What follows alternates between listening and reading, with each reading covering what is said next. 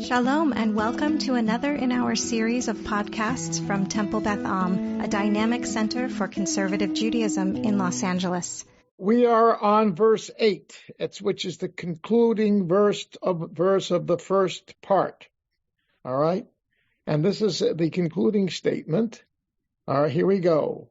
So, Choneh malach Adonai saviv li'reyav vayechal tzein.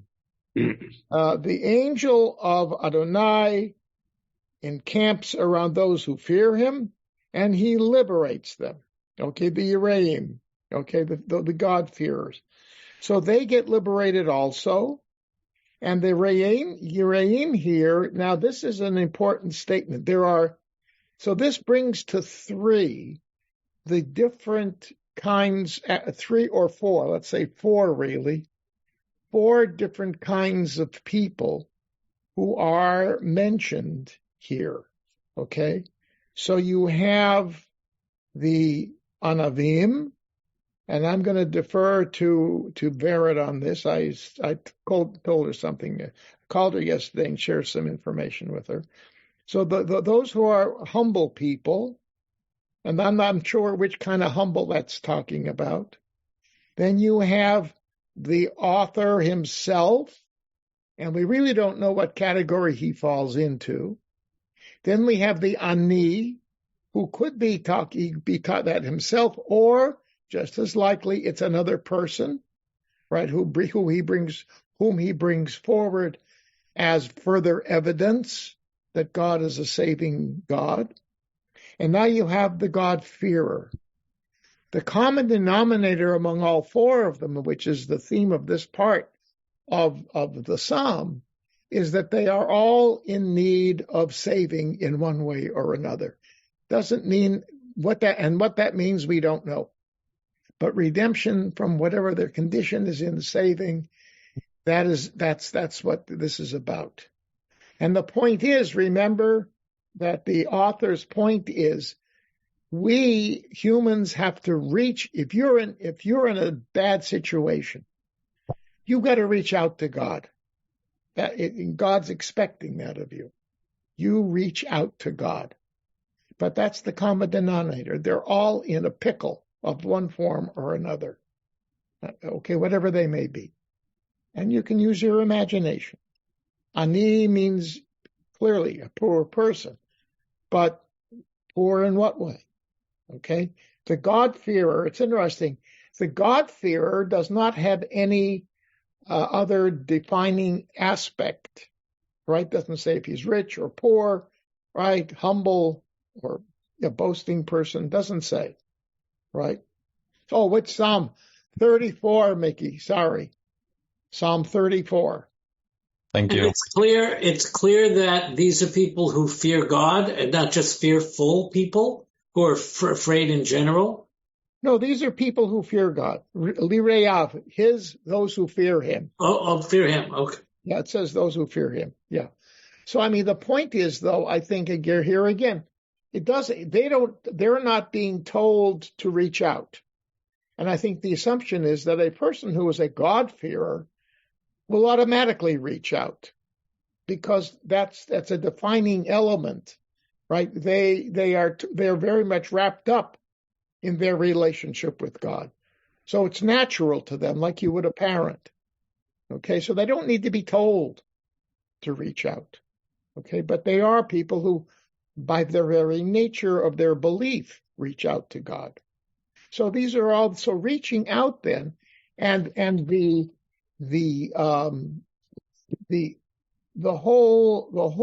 whole thing here it's interesting because good evening, AJ. Good to see you or hear you. This angel, it's simply saying that God takes care of the Yereim, right? He makes sure that they're okay because he has this angel around them, and he liberates them when they have a need. All right, and that's the flip side of their relationship. Okay, so these are all people who, in one way or another, reach out by the very nature of or remember the Anavim. they're the ones who rejoice. This is toward the beginning of the of the psalm. When they hear about what the author has to say and witness, he says this will make them rejoice. In other words, they will have hope and they will reach out to God. Okay, so that's that fourth element. All right. Now, so this is the concluding statement of the first part. All right, and okay. Now, but the reference to the God-fearer here is also a connecting term to the next part of the psalm, because we're going to see about at the core of it is the notion of the fear of God. All right, so it's a link, and again, it's evidence of the fact that this is I follow the opinion of those who say that this is not multiple authors, it's the same person, but who's expressing his faith and the values that he's trying to get across here in different ways. Okay, so part 2 then, fear of God is one of the major roles. All right, and that would parallel the role of the ani tzaddik type, ani anav type person in the first part, and also the God-fearer is now has been included in it.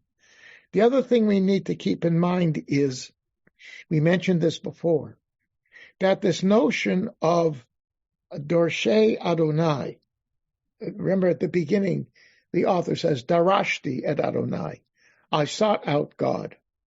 And we're going to see now in the second part, in verses 10 and 11, that term pops up again. Well, it pops up in 10. But there, what we're going to see is in verse 11, it's fear of God. Okay, and what we can learn from that, and the 10 and 11 are, if you look at when we'll get there. I'm telling this to you in advance. When you get there, you'll see that structurally they're very close to one another. In fact, the second part is almost identical. So there, the Doresh and the Yoreh, the one who seeks out God and the God-fearer, are basically parallel to each other, which then helps us to conclude that the God-fearer is the same, is sort of on the same level as the one who seeks God. All right, but again, it shows you then the integrity of the entire psalm within the structure and the use of language brings these various things together. Okay, and now remember the first part. There are 3 saving words, right? So God is very active in part 1. He answers, he hears, he saves.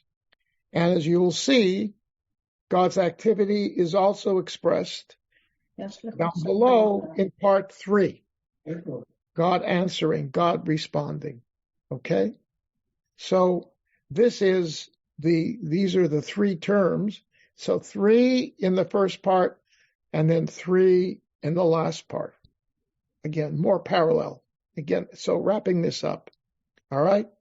But the interesting thing now, as we move into part 2, is God is totally passive in part 2. As active as God is in saving in parts 1 and 3, in part 2, God is passive. It's really focused on the activity of the human being in a big way. And that makes it a very powerful statement. A very powerful statement. All right? All right, now, part 2 begins. Ta'amu ur'u ki tov Adonai, ashrei hagever yechaseh bo. Okay? So, the JPS says taste and see. Rabbi Siegel says reason and see that the Lord is good And fortunate is, or happy is the person who takes refuge in God. Okay? Now, the verb ta'am, if you will flip quickly back to the very beginning of the psalm, you'll find it there in verse 1 in the introductory statement. Do you see it? Right? Bishanoto et ta'amo. We said when he changed his character, right?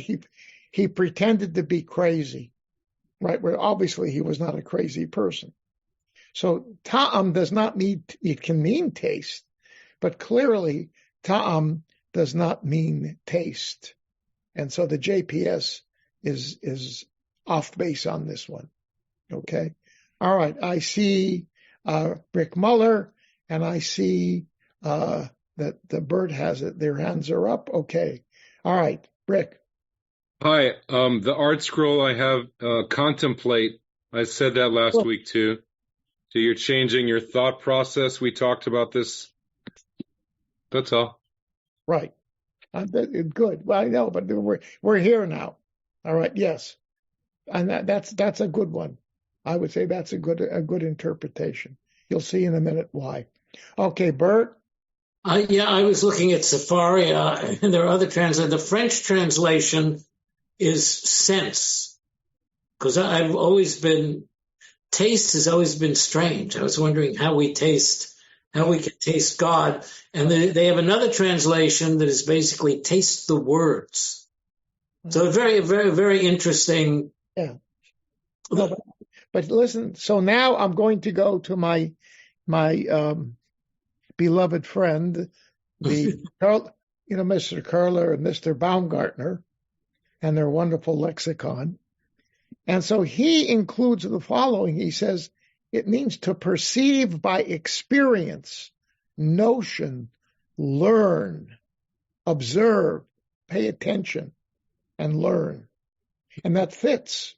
And in a sense, it's like, I see your hand, Barbara. In a sense, it's like what David did. In other words, he changed the image of how people perceive him, right? And how he is perceiving the world when he faked that he was crazy. Because when you see a crazy person, you say, oh, what do they know? You can write them off. All right. And so he switched from being a very astute and opportunistic person, which I think he was, to being this crazy guy. All right.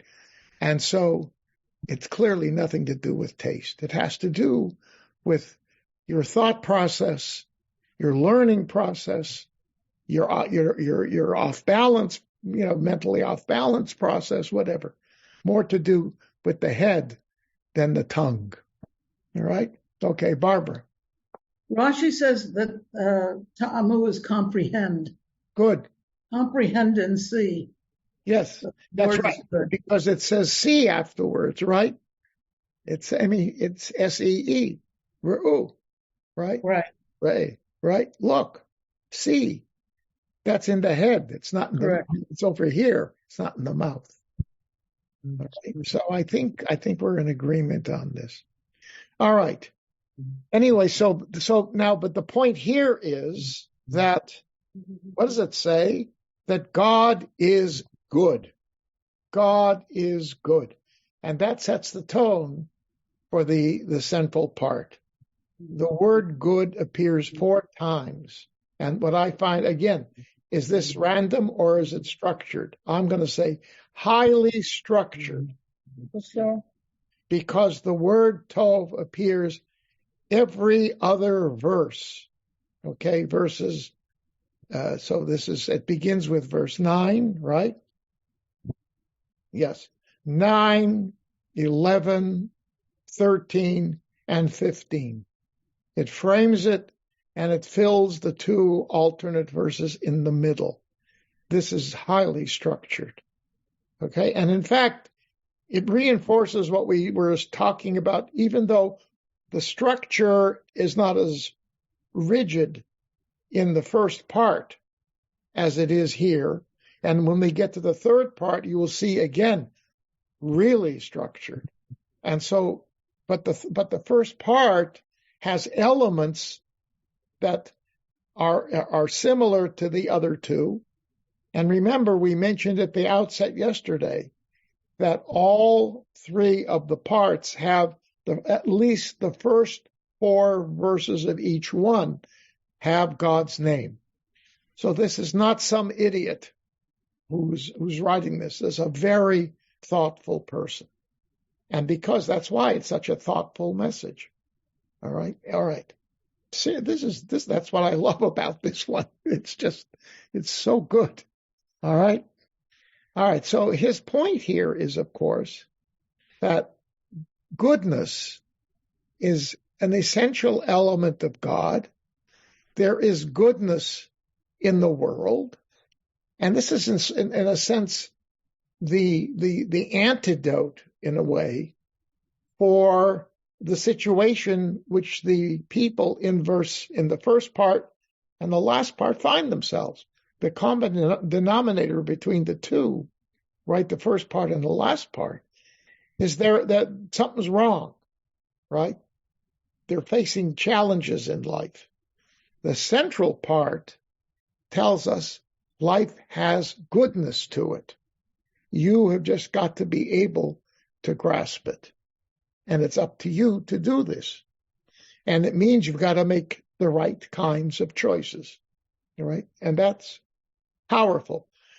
Rabbi Siegel suggests that the middle section is intended to be the one that really carries the essence of the message. Learn about God, understand that there's goodness in the world, and act in a way that grabs hold of that and makes it part of who you are. All right? Okay, Leon. Is there goodness in the world, or is God good? No, but the whole thing, because it goes beyond it. It goes beyond God, as we will see. Okay, it goes beyond God. It does, because it's going to tell you, choose good and not evil. It doesn't deny that there's evil in the world. It doesn't deny evil. It's there. But you should choose the good. It's there. And we'll see. I think it becomes very clear. Anybody else? All right. So, and again, the focus here is on the human acting. The human is the actor. You have to act. Okay? And we're going to look at the word ra, evil. It's there, right? Verses 14 and 15. And we'll talk about that when we get there. All right. As I said before, the other piece of this is the notion of fear of God. Okay, fear of God, as we have seen, is a necessary element in order to really reach out and appreciate God. That's what this is suggesting. And fear, it's not just shaking and quaking. It can also mean awe, that you realize you're standing in the presence of an immense power. And it has that other meaning to it. And in a certain sense, that may be what it's talking about. One final observation before we move on. The two observations. This notion of the human being an actor along with God. That's the totality of the verse, of the psalm, right? God will act, but you have to act also. So it's a partnership. And I want to suggest that this is another mode of expressing what is a defining element of the Hebrew Bible, which is the notion of the brit, the covenant between God and the Jewish people. And the whole point here is to pick up on that notion that there's mutuality. God will act, but we have to act. God will do for us, but we, in a sense, have to do for God. We've got to reach out. We have to choose the values that God has presented to us that are the positive, good values, and reject the ones that are not. That's part of the covenant. And the way the Bible plays itself out, it's when the people don't make that choice that they suffer. And they basically, according to the Bible, they bring their suffering upon themselves in that regard. Okay? All right. Okay. Let me see what else. Oh, yes. Final point. This part of the psalm contains a gender statement. It speaks in masculine terms. You will see B'ni, son. There's the word ish. There's the word gever, all masculine. Okay? And, a modern person would say, you see, that's the problem with the old Bible. It's always about men. Where are the women? Okay, that's true. But at the same time, I think it tells us something about the nature of the tradition that is influential here. It's wisdom tradition. This is wisdom. This is the term he's going to say, B'ni, listen, my son, I'm going to teach you something. That is very common in the book of Mishlei, Proverbs, which is a big collection of wisdom. Okay, it's a technical term, practical knowledge that's filled with values that are part of the biblical heritage, but it's applied ethics.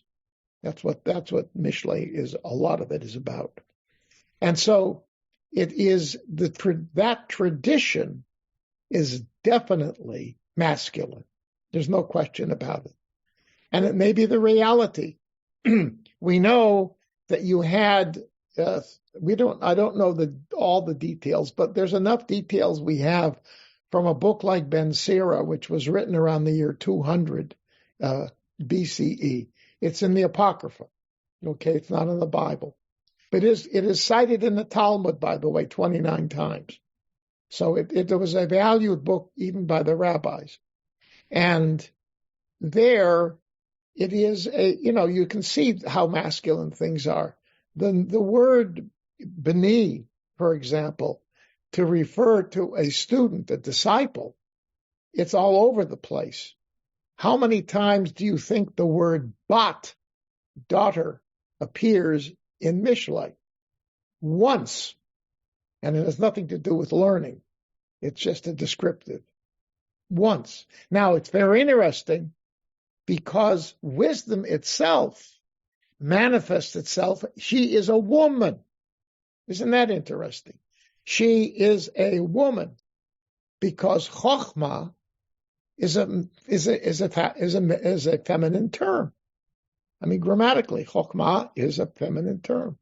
So in the personae of the book of Mishlei, wisdom is a woman. And you read it, you'll see. It's very simple, very clear. But who partakes of her offerings? Men. Okay. It's almost, I don't know if it's ironic or what. The part of Mishlei that actually presents a woman, not wisdom, but a real woman in a light that begins to approach what we would call today gender equality, is what we recite on Shabbat evening, the so-called Eshet Chayil segment, right?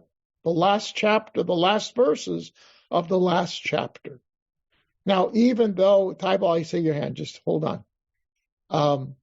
That, if you read it closely, she runs the household, but this is a woman who buys and sells real estate, who has her own business and is in total control of her life. She is so well known that the folks who hang out at the gate of the city, who are all men, and her husband is there, maybe he's the one that talks her up, but they all know about her. That's the last line. her wondrous deeds will resonate in the gate of the city. And if you think about that, she's way ahead of the Bible in terms of all of these different things. Her husband doesn't control anything of her life. It's really interesting. I remember that my wife and I, when we got married, we were doing it, and then later on, women's equality, so we stopped doing it. And then I read it over, and I explained it to Freddie. We're doing it again. I mean, we've done it for many years now. But because I realized when you read it, and a lot of women don't understand that, you've got to put it in its historical context. In its context, it's really advanced. Okay, and the irony is, this is at the end of a book of wisdom, where the students of wisdom are clearly men. So go figure. All right. Let's see. Anything else? I'm looking at my notes. No. All right. Okay, so here we go. Verse 10. Oh, yeah, Tybal, your hand is gone. All right. Yeah, well, because it's still, I hear what you were saying, but still it's within the role structure. It's not, it's a woman defined by the marital role. Oh, yes, of course. No, that's the point. It's defined by the culture of biblical times. There's no question. Yeah, I'm not disagreeing. I just find it interesting. There's no question about that. But I'll say in spite of that, because it is clearly a paternal society, but in spite of that, it has a very avant-garde tone to it. That's my point. All right. Verse 10. Yiru et Adonai kedoshav ki ein machsor lirayav. All right. Okay, now pay attention to this. Fear God, O you holy ones, or his holy ones, because there is nothing lacking to those who fear him. So here's fear of God twice. All right? Okay? So he's a reminder. It's interesting. He says to the holy ones, fear God. Don't they already fear God if they're holy? Now the question is, who are the holy ones? We don't know. It sounds like he's speaking to the children of Israel, to the whole people. All right, in other words, the masses. You who are supposed to be, you're the holy ones, right? You're God's holy people. It says in Deuteronomy, you are a holy people. All right, and it is, by the way. It says in Deuteronomy chapter 7, verse 6, chapter 14, verse 2, and verse 21. I even checked it out. All right? And a double check. That's all correct. All right, anyway. So there it is. So it sounds like he's talking to the people. He's saying, you're whole. God said you're holy. All right, now act holy. Fear. Make sure that you turn on your fear of God button and act appropriately. If you do, you will lack nothing. Now, frankly, I think he's a little idealistic here. You will lack nothing, right? Okay, because the first part and the last part, really, maybe that's the point. He's speaking idealistically. Because the first part and the last part talk about these terrific people who lack things and they need God to help them. But that's the point. In other words, yes, God will respond if you act in a manner that is what he's expecting of you. And so if you are in trouble, there will be a response. Now, again, it's clear that he doesn't want to go into the reality of how that operates. Okay, it's clear in neither case. But he's trying to get a message across. That's the point.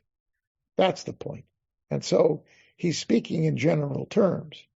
And remember, the rabbis fully understood that there's evil and it seems to be random. It hits the good and the bad alike. There seems to be no difference. So what's it all about? The rabbinic answer was, whatever isn't cleaned up in this world, in the next world, you'll get your reward. So the concept of life after death, Olam Haba, came to answer that dilemma, right? Because if God is all good, but we're going to see something in a minute that indicates that in biblical times, like with this psalm, people are very much aware of the fact that there's evil in the world. All right, so first Bert and then Leon. It just seems to me this might mean lack nothing is not, you can read it, I guess, as material things, but it could also be you will not lack the most important thing in life, which is to be next to God. And so if you look at it spiritually, unless the Hebrew is clearly as material, I mean, does it imply material or just? Machzor, I mean, usually it's associated with material things. But I would say I'm not going to foreclose on what you're saying. I like that better. I like the spiritual thing. It resonates more with me because the lack nothing, it clearly doesn't happen. Right. No, but I mean, chisaron can be used. You're absent something. Something's not there, lacking something. It could be used for non-material things, but usually you associate it with it. However, I think this is something you could take either way. So thank you for raising that point. All right, Leon. I was wondering whether we were talking about two different groups, Kedoshav and those who are Yirei Adonai.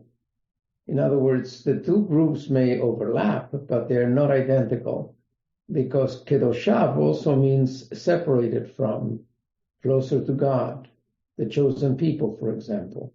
Yeah, but if that's right, the chosen people, exactly. No, that was where I was saying that I agree. That's where I started off. I wasn't clear.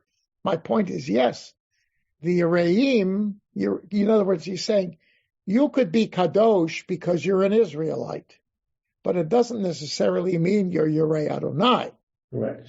Now, as an Israelite, God expects you to be Yirei Adonai, so get with the program. Yeah. That's how I understand it. Yeah, exactly. Now, here's the interesting thing, though. It's only in those passages in the book of Deuteronomy that Bnei Yisrael are considered to be ipso facto holy. Only there.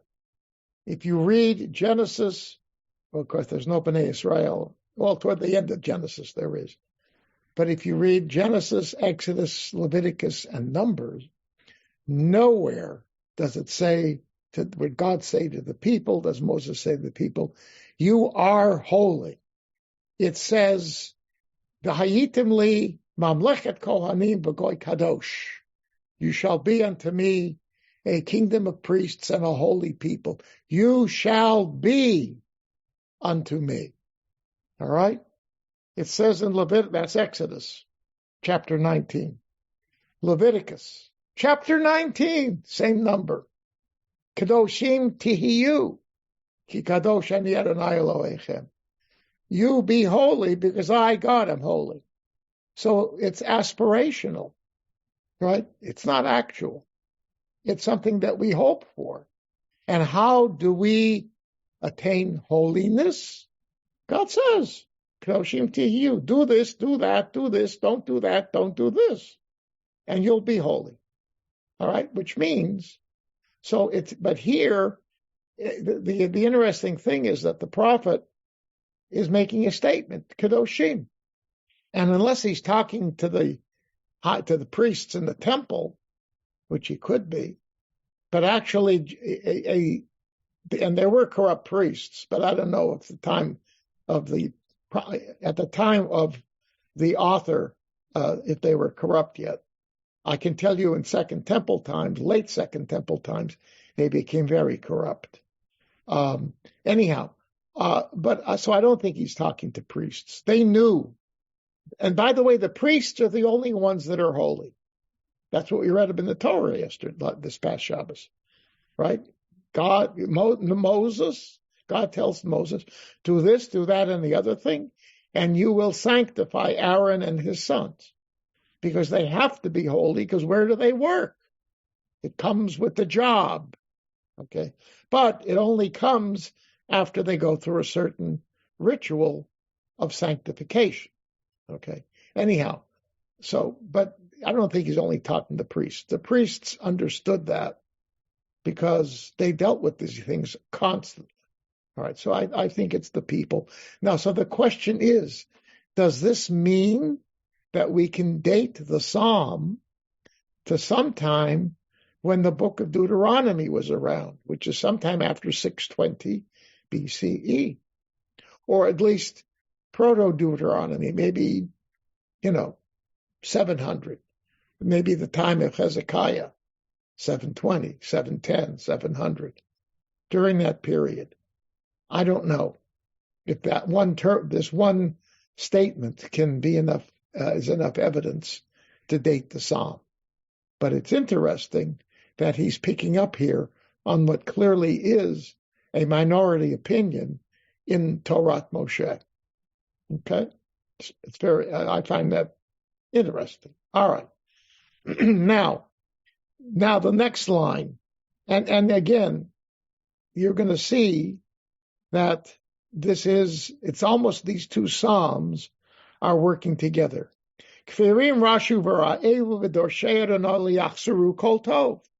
Again, it says, right, young lions will become impoverished and go hungry, but those who seek God will not lack any good. Now, there's that term, lo yachsaru, all right? And this is the point that I mentioned earlier. The Dorshei Adonai and the Yirei Adonai are really sort of parallel in these two verses. So I think they're sort of to the two verses that are sort of bouncing off of each other. There's a little mini structure here. That's what I'm suggesting. And it tells you that a Yirei Adonai and a Doresh Adonai have in common that they know to seek God. And so there's that point once again, carrying over from the first part of the Psalm. All right? Now, why does he bring in lions? As they say, Ma inyan Shemitah etzel Har Sinai. What does the laws of Shemitah, the 7th year of release, have to do with the giving of the Torah? Why? Why is it there? All right. So my point is, why is he bringing in lions? This is strange, isn't it? Does he bring it in as a very powerful animal that is, the king of the jungle? And lions have a problem, but people who fear God are doing just fine. Wait a minute, but first of all, it's young lions, not young lions. Okay. Pirim are young lions, right? They're young lions. They're not the alpha lions. We're talking about cubs? Huh? Baby lions? Cubs? Not baby. No. Oh. Here, it's not hold on. Oh, my wife. All right, never mind. My wife is calling. I'm going to decline. Excuse me. All right. I got to hold on. I just here. I'm back. All right. Anyhow. All right. Wait a minute. We got 3 people who want to talk. All right. So let's go. Vered, Rick, Tybal, and Suzanne want to talk also? All right. Oh, good. Let's go. Vered. Unmute. Unmute, yeah. Okay, sorry. I don't think that he is talking about young lions. I think he's talking about people who behaves like lions, people who are aggressive, people who are evil, people who attack. They have no rules like animals in a jungle. So he's talking about characters of people, not that are similar maybe to lions. Yeah. But he's not talking about lions. And he says that those people who behave this way, then there is kind of not a reward, but I even don't want to use the word punishment, but as an outcome of this behavior, that at the end they will be hungry, and this is opposite to a lion who is a beast and he hunts and he eats, and that they are become rasu means that they were poor and they're hungry because they behaved the way they did. But in contrast to that, the other part of the pasuk, it says, in contrast to the kfirim, people who behave like kfirim, those that are dorsei Adonai, they won't be lacking any good things, and they will not be hungry, and they will not be poor. And I like that they're talking about the words that repeats themselves, machzor and yechseru. It's beautiful language, like two parts for this. Right. Good. All right. I like that. Yes. Okay. Rick. Yeah. Hi. I totally like what Vered said. I just wanted to throw in that I don't think the people were thinking of lions in the jungle. They had lions living there with them. I mean, didn't Samson fight lions? And Yes. yeah, they're extinct now, but they were there. They were so there. it was an image in the people's minds that they're the most powerful beast around. I also wanted to point out, I hear in this verse 11 with the kafirim, the rashu v'ra'evu, the rush, the word, and towards the end, 22, timotate rasha ra'ah. So it's the evil. It's a structure again. Right. I'm sure you're going to get to it, but I wanted to. Yes. I heard it here. So. Yes. That's right. Yeah. Very good. All right. Wait. Then. All right. Suzanne. No, Tybal, I think, had her hand up before. Tybal. When I see young lion or lion, I automatically think of what Yaakov said in Bereshit chapter 49 about Judah being the young lion, and that became the symbol of the tribe of Judah. And then Judah, the trope of metonymy, when it stands in for sometimes Ephraim, because of the fruitfulness, stands in for all of Israel, but also Judah does. So I think what the other people said are very also works. Yeah. But I think the young lion, and I was trying to look up, I know it's 49, I think it's verse 9, if it's the same words. It's okay. No, Judah, yeah, the line of Judah, but that is an expression of power. You know, I think that's the other thing. And I don't know if the word there is kfir, is it?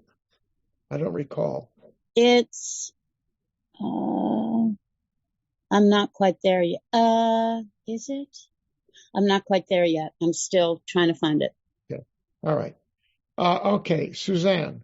I'm going to suggest something's a little bit different from what's been said. In the behavior of young prides of lion, male cubs, when they get to be 2 or 3 years old, are driven out by the head of the pack. He doesn't want any potential competition or anyone potentially mating with the females who are left. So young lions are somewhat bereft of protection. They are on their own for a few years until they make themselves strong enough to develop a pride of their own. Yes, that's good. And I think everything that everybody has said, you know, fits in with the picture. I want to share with you Ibn Ezra, my old friend, because he asked the same question: why a lion? And he says something. He's talking specifically young lions, right? And it sort of fits in what Suzanne said, but also with what everybody else said. That he says they rip at their meat, and they eat compulsively, so that they don't think in terms of what's the consequences of doing that, which is that they're left with not enough food for the next day. And they're poor and they're hungry because they ate compulsively. Now, this is not it's not putting down people who, are compulsive eaters. The point is, it's sort of this notion, they're out of control. They are compulsive. They're driven by impulse, not thoughtfulness, right? Whereas the Doresh Adonai is engaged in the highest level of human expression. And this is a low animal level.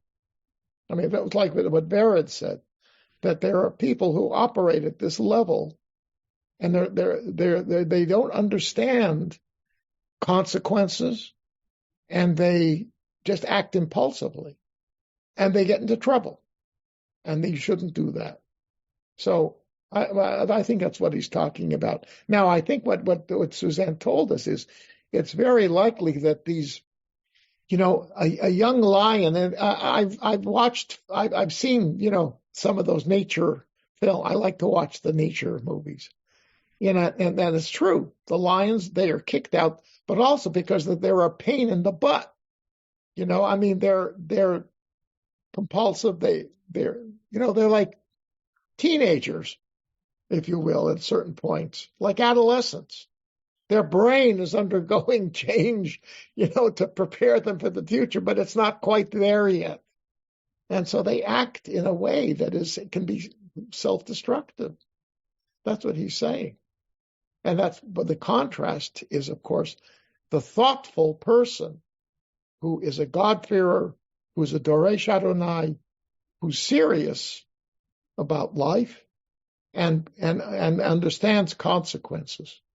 I think that's what he's saying. Now, the fact is, if I'm not wrong, I think I'm right on this.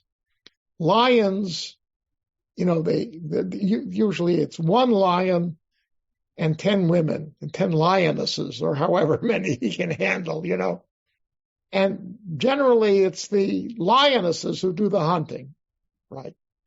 And the alpha male gets the first bite, right? And they eat and they eat and they eat. And by the time they're finished, only the hyenas have things left for them and the vultures, right? And what do they do for the next 3 days? They sleep. They sleep. They don't run much. Then they get up sleeping and they're hungry. You say that like it's a bad thing. That's what they do. You say that it's bad. After waking up, they get out there. Okay, ladies, go do your thing. Sometimes the alpha male will participate in the hunt, but generally it's the ladies who do all that work. See, and nobody gives them any respect. Anyhow, that's so it's. I don't know if he was aware enough. Remember, Ibn Ezra doesn't live.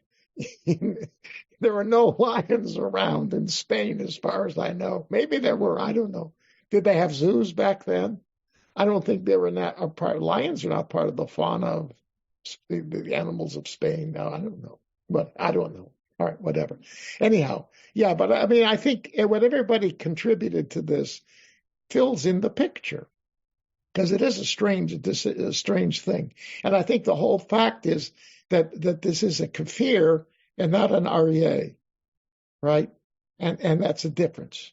Judah, the Lion of Judah, is what happens, hopefully, to the kafirim when they mature. They get out there and they got to fend for themselves, and then they finally realize that they have consequences or whatever. I don't know how their brains operate, but clearly they learn, and if they don't, they die. That's the other thing. If they can't manage to control their impulses, be patient, and do what they need to do, they're going to die. Okay, and that's sort of what I think he's saying here. But I don't know if even ever knew that. Whatever. But anyhow, yeah. All right. So I think we've solved that one. But yes, clearly the Rashu Vara'ebu, the use of the races there will be echoed later on. All right. By the way, yes. Okay. So I did that. And by the way, yes, the impoverishment, I think, going back to what Bert said earlier, the impoverishment can be, I think we can understand it, and maybe he understands it that way as well, is more than simply material well-being. He may be talking about something bigger as well. Okay, it goes along with the seriousness of the Doresh and the Yirei Adonai, the people who seek out and fear God. It's serious stuff, and it's not just filling your belly. So, I mean, that may be a good thing. Yeah. All right. Now, okay, verse 12. L'chu banim, here you have it, banim, shim'uli, listen to me. Yirat Adonai alamedchem. I'm going to teach you about fearing God.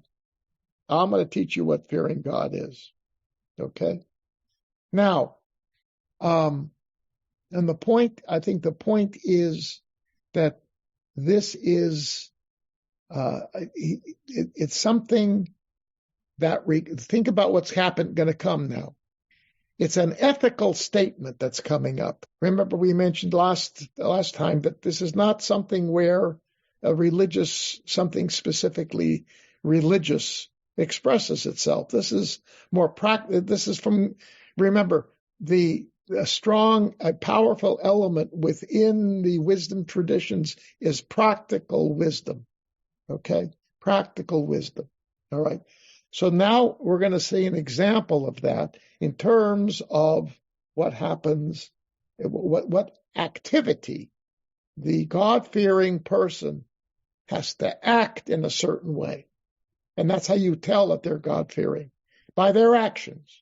Okay? Which again, if you read somebody like Rambam and even the rabbis, it's this notion of you're imitating God, because we judge God by God's actions. We know God through God's actions. And so we know about the God-fearer through the God-fearer's actions. And now what is it going to be? And it's going to be speech. Now, why do you think he chose speech to express this notion? Tybal. Because, it's from your Bible class. That's how the world, when God spoke, that's how the world came to be. And then part of God giving the human dominion was that the human got to speak and give identity to the creatures. Right. Very good. It is a defining element of the human being. Right. And that in and of itself is also an imitation of God. Because yes, remember, I think we said, or maybe it was the other class we talked about this, that maybe this class, that the word to speak is mentioned 10 times in the first chapter of Genesis. God speaking. It's a defining element. Okay, it's a defining element. So, yes. All right, good. Who else? Barid. Okay. So my understanding of this pasuk is concentrating on the word banim, which means children or son, referring to people who are younger to the person who is going to teach them and has more experience, and he is going to share with them, or based on his life experience, he wants to teach them, because at the end of this pasuk, he says, Alamdechem, I am going to teach you. I have experience. I've lived my life. I want to tell you something. You are young. You are banim. They're not still men. So listen to me. I will teach you what is Yirat Adonai. And then he comes with his speech. Mm-hmm. Okay. Just a second. All right. I think I lost you for a minute. Are you there? Did you finish? Yes. Yeah, okay. Yes. I'm sorry you lost me. No, but I it's did okay. finish. My wife, Freddie, just bought some airline tickets, and so she's sending it to me, and I have to accept them. So that's Have a nesiya tova. Enjoy your trip. thank you. Yes, no, because she's got when she's coming back. All right. Anyway, yes, no, that's right, and that's part of this notion of and look, I mean, it's the same thing in the first part. He's not playing the role of a teacher there, but in a sense he is, because he is teaching there by his actions in seeking out God in the first part. And so he's making himself a role model. And that's why he says, when the Anavim hear what I'm telling them, they're going to be happy. Right? So he's instructing by what he's doing. And here he's instructing by playing the role of a teacher, a more classic role. And they're banim, right? You know, it's like a seminary professor coming into the class. Before there were women rabbis, rabbinical students. And he says, okay, boys, let's get going, right? He's calling us boys. And we're 25, 24, 26, but we're boys, right? Because we're here, and he's going to make us men with Torah, in a sense. I mean, so this notion, yes, that the teacher is, but it's also an affectionate term. You know, banim, my children, yes. And I think a teacher has to have a love relationship with their kids, with their students. I mean, there's got to be this sense of affection, that they really care for them, and how they teach should reflect their care of the students. And that's what's really going on here, because he's talking essentials about making life meaningful. Right? He's making life meaningful. All right, Bert. One last comment. Yes. I wanted to think also about Vehigadeta levanecha or Vehigadeta levincha. Of course. So you teach your children, right, from your experience, or also the right. history of what you know. But that, I think, is mamish your family's children. Yes. That's a father to children. Yes. Yes. The same notion, though, right? It's similar. Yeah. Bert. In verse 13, the English says, listen to me. The word for listen in Hebrew, I'm wondering, it's not shema. Wait, what? We're not at 13. Verse 13, mi ha'ish ha'havetz chayim. Oh, we're not there yet, though. Oh, I'm sorry. No, we're at 12. I'm sorry. I apologize. But when we get there, All right, okay. I'll come back to you. Or I might even answer it before you even finish getting it out. All right. Weren't you asking about Shimu in 12, Bert? Were you asking about Shimu? Shimu is 12. Yeah. Listen to me. Is that makes sense in 12. Yes, Bert? You hear? It's in Shimu. So yeah, my Hebrew is quite limited. So the word for listen here is related to Shema. Yes. Yes. Okay, it's so with respect to what Taiba was saying about the importance of sound, here Shema or the same root is related to Shema Yisrael. I mean, it's an active listening, not a passive hearing. Yes, it is, but that's not just. This doesn't have. I will move a little bit away from what you're saying. This doesn't have Shema Yisrael in mind directly. I mean, he's teaching them. Yes. Yeah, it's a similar paying attention. It was yes, like exactly. Yes. Yeah. Right. Yes. That's right. In that sense, yes. All right. Okay, so now we're moving into the core, if you will, of this thing, which is exactly what is it that needs to be done? Not in this sentence and the next one after this, but now we're going to look at 13. Mi ha'ish. So you see there again, it's banav, ish, gever, right? The gender issue. Mi ha'ish hachafetz chayim. Who is the man who desires life? Ohev yamim lirot tov. Who loves years of seeing good. In other words, a person who wants to live a long and a good life. What more can you ask for? Okay. So what is this? What is it that this person needs to do to accomplish that? Okay. And, and I think again, loving length of days, desiring life, seeing goodness. It's not just mundane things. I think it's sort of carrying the notion, a meaningful life, a life that has value to it. Okay. It seems to me that that's what he has in mind. Not just amassing stuff. Correct. Not picking good stocks and investing wisely. Right, exactly. All right. So here we go. Litzor now. Litzor lishoncha meira. Right? Guard your tongue from evil. Usfatecha medaber mirma. Okay? And your lips from speaking deceit. Evil and deceit coming out of your mouth. All right?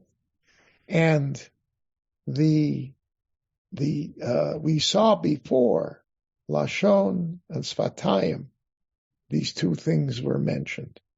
So this is, let me go back and find it. Was it here or something else I showed to you? Just a second.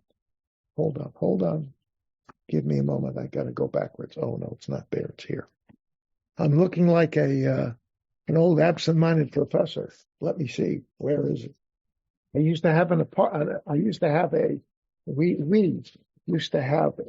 accountant who helped us with our income tax, and I would walk into his office. Okay, the guy was you should pardon me, a Yeke. You know what a Yeke is? It's a German Jew. All right, why that name came from, I don't know. All right, I'm a Polisher. I'll say it right now. People make plenty of fun of me. All those Polish jokes, This is a Deutscher. So he was a Deutscher. What do you expect from a German accountant when you walk in the office? What? Everything in order. Alles is in Ordnung, yeah? Yeah. Yeah. 9. No? 9?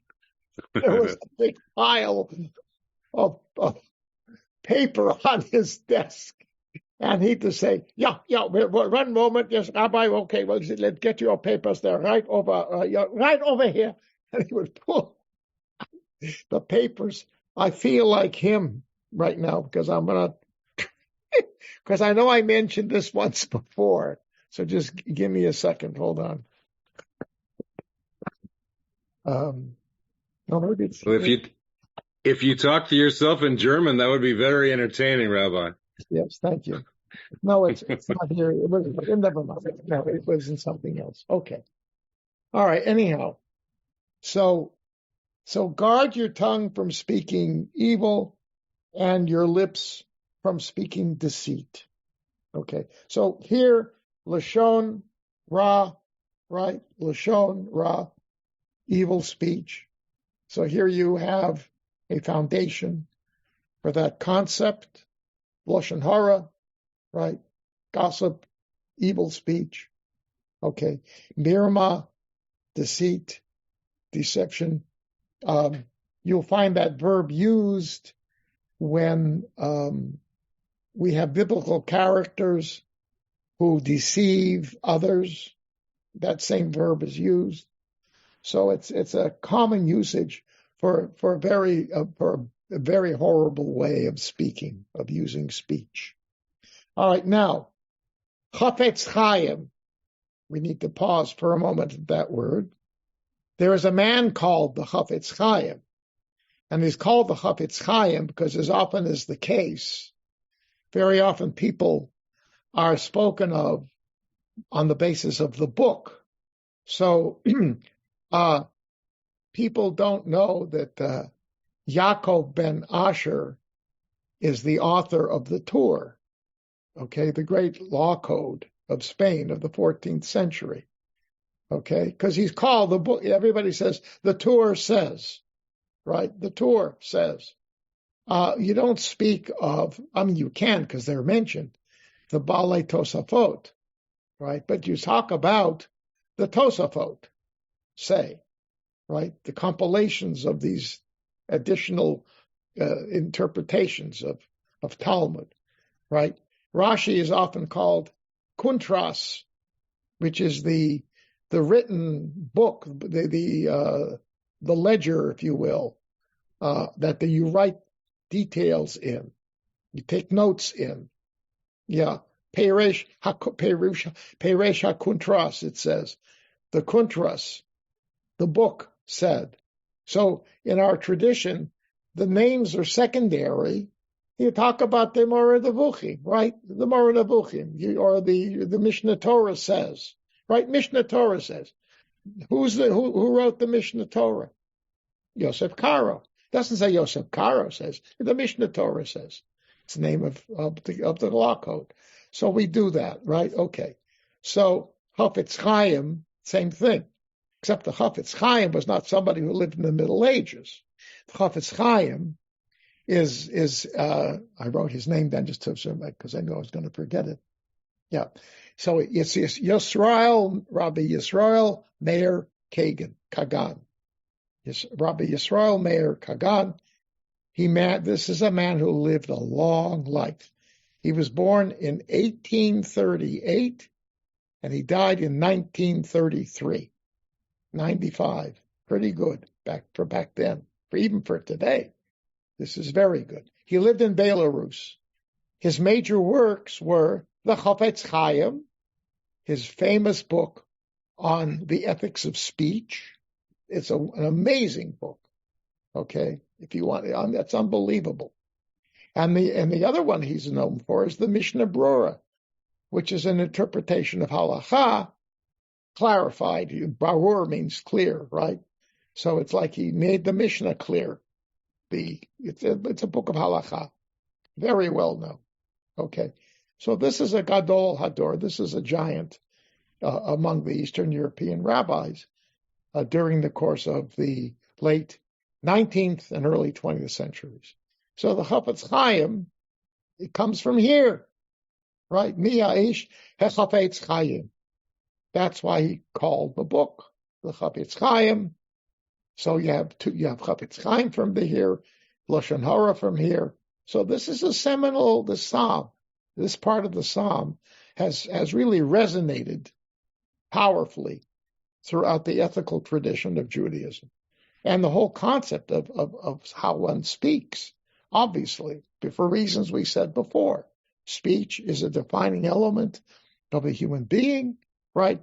In a sense, it is we playing a role like God does of speaking.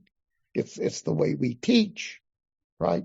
And you have, remember, the oral Torah, Torah Shebal Peh, yes, the oral Torah, Mishnah, Talmud, etc. So this whole notion of the power of speech and the importance of speech for our tradition as a concept comes out of here. All right, and I'm sure that's why this was chosen, because it is such a powerful force, as we know today as well. Okay, all right. So now, here, yes, this is what I was thinking about. Hold on, Vera, just a second. I want to Okay. Yeah, there is a pasuk in Mishlei. It's chapter 18, verses 20 and 21. And this is what it says. Mipri pi ish tisba bitno tfuat sfatav yizba. Mavet v'chayim biyad lashon. ve'ohaveha yochal pirya. Okay? So, from the fruits of a man's mouth will his belly be filled, right?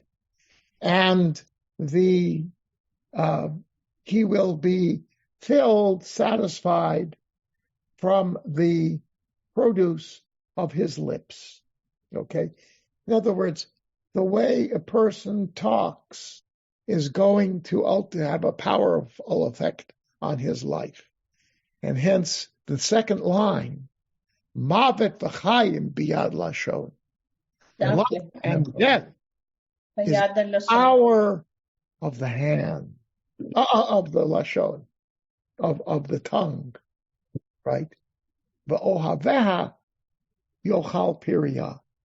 And those who love it will eat its fruit. Okay? All right, now what is the it? Ohaveha means those who love it. And the it is feminine. Okay? The only feminine verb here is tfu'ah, the produce of his lips. Okay? Now what does it mean? How he controls his mouth will determine what that produce is. Yes. It will either be life or death. And life or death will depend on how we speak. It's a powerful statement. It's a true statement, right? And here you have that's what I had in mind you have here, right? The mouth, then you have the lips, then you have the tongue, and you have, again, the fruit.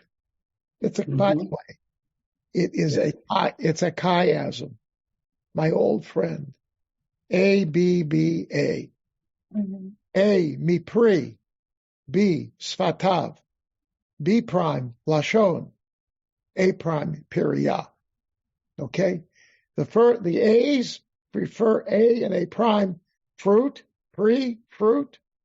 Then you have the two elements that comprise the mouth, sfatayim, lips, and lashon, tongue. Okay? So this is it is intentionally set up in this structure to make an impact. And I think you got to keep this in mind when you read what we have in this chapter, right? The tzor lashon chabera usfatecha midaber mirma. Guard your tongue and your lips. Tongue, lips, here also. So it's a wisdom tradition. I'm reading Mishlei here. This is from Proverbs.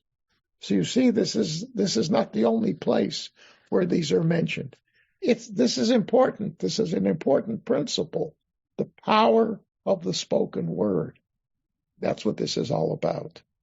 And this is the sort of the high point of the psalm. All right. And I learned about the tevuat sfatav, that the feminine here is the tevuah from guess who? My old friend, Ibn Ezra. I'm becoming a big fan of Ibn Ezra as I'm teaching these classes, because he really had a real handle for Hebrew. He's a smart guy. All right. Some hands were poking up. Leon, did you have your hand up?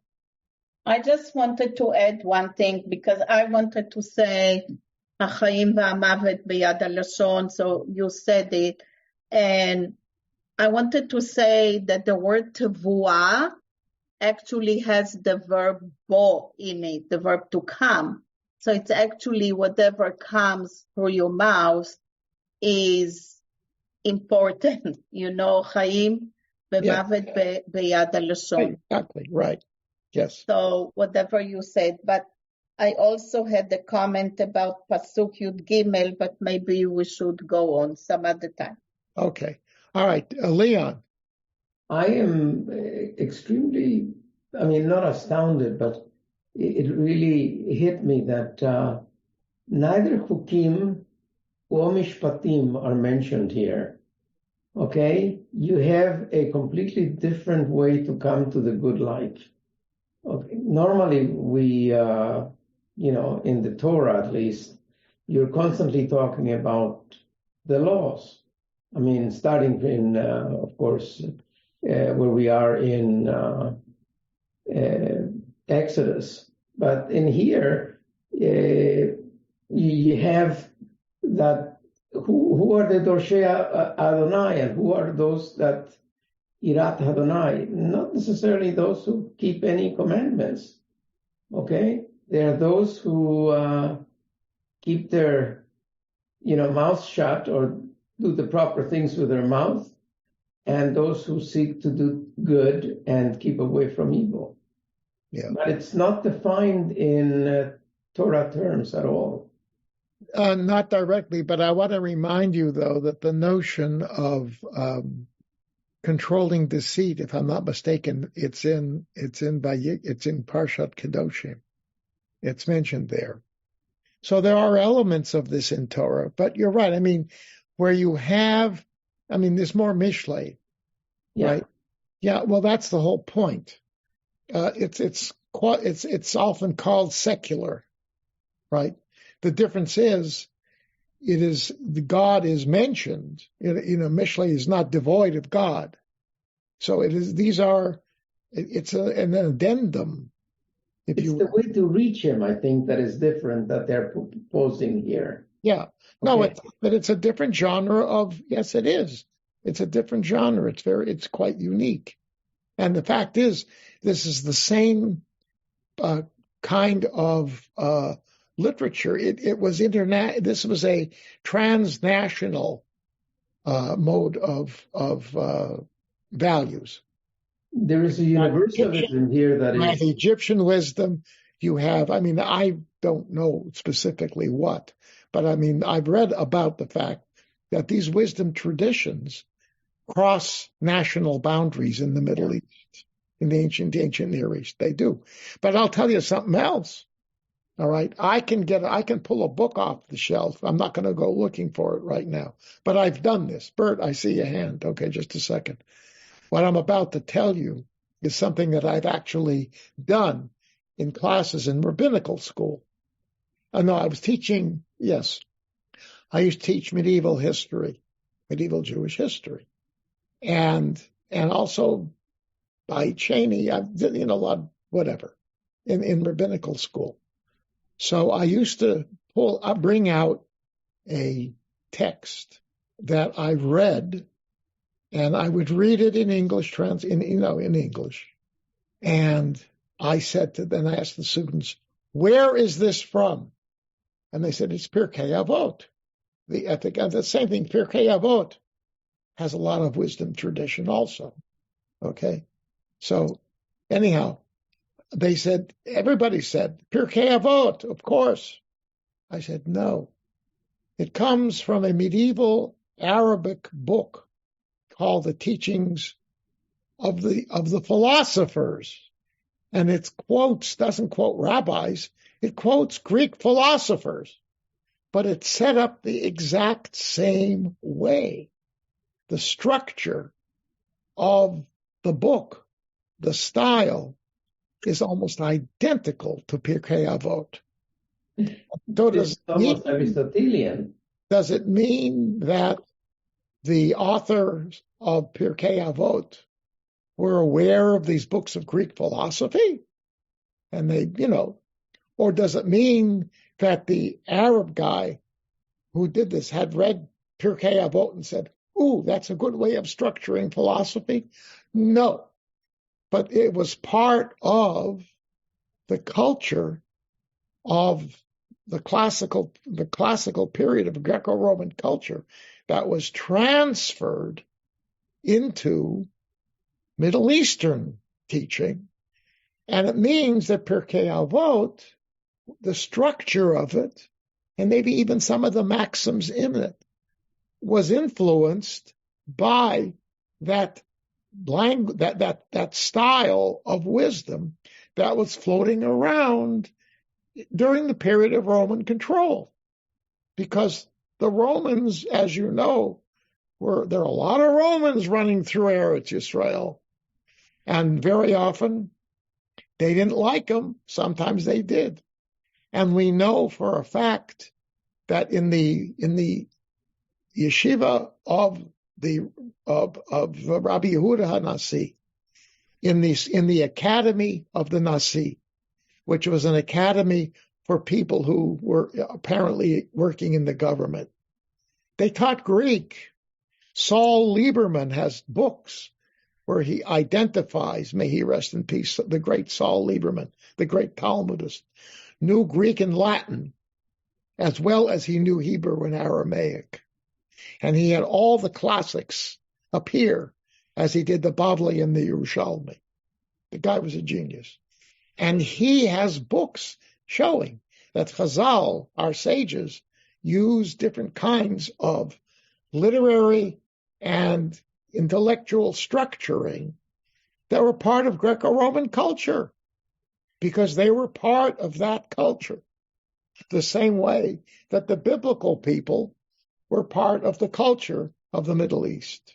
Excuse me, my phone is ringing. No, that's my alarm. Just a second, I'll be right back.